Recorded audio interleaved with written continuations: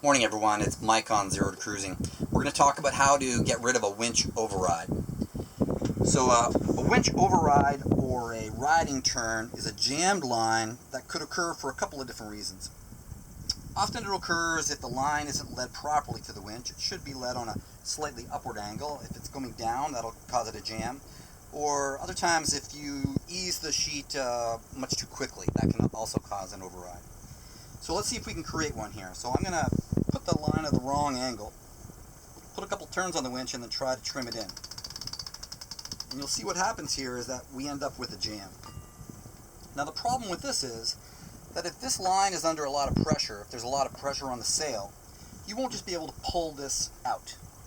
The only way to safely clear this override is to take the pressure off this line. And the easiest way to do that is to use a rolling hitch and leading that line to another winch.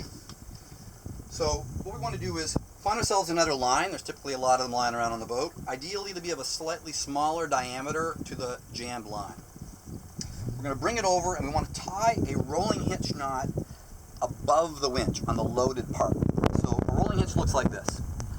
We're going to take a turn over top of the standing part, repeat that process one more time, and then put the working end underneath there, going in the opposite direction. Now what a rolling hitch will do is if it's pulled parallel to that line, is it'll grip it.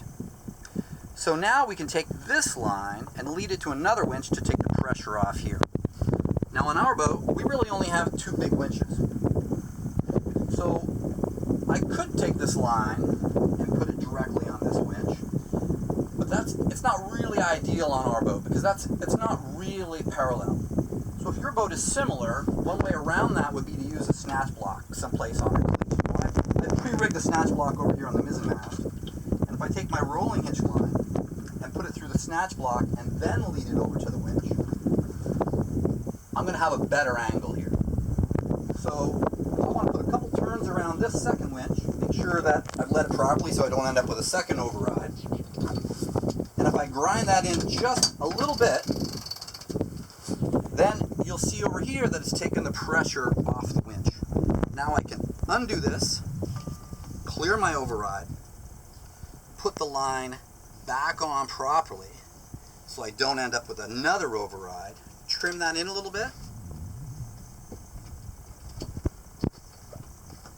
ease the line that I tied the rolling hitch with, untie my knot, and then boom, back in business.